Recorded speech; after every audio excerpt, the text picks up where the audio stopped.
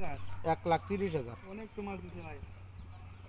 মাছ বানাইছে 10টা, 3% জায়গার মধ্যে খাবার খাওয়াইছে 8 টন ফিট খাওয়াইছে। মাছ পাইছে কয় টন?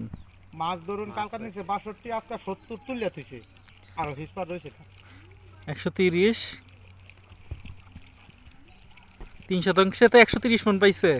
জালটা নেই, এটা নিয়ে যাইতেছে আরো পাবো, আরো 20-30 মন। 40 যাবো গা, নিচের ডা 40, মিনিমাম 40 পাবো।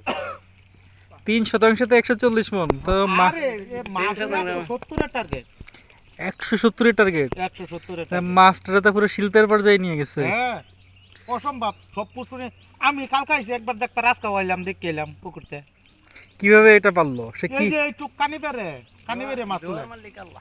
দেওয়ার মালিক তো আল্লাহ, এটা অবশ্যই, কিন্তু জি, কি ম্যানেজমেন্ট করছে সে? স্পেশাল কি ম্যানেজমেন্ট করছে? খালি গ্যাসের ওষুধ আর পানি। ম্যানেজমেন্টের বড় কথা হইলো কি জানুন, পুকুর যদি তলা ঠিক রাখবার হয় তে সম্পূর্ণ এমনি ভালো হবে। কারণ পুকুরের পানি ঠিক রাখলে মনে করেন ওখানে হাউস বানাই রাখি। গ্যাসের ডোজ কয়দিন পর পর দেওয়া লাগবে তাহলে? 15 দিন, 15 আচ্ছা। দিন পর পর দিবেন।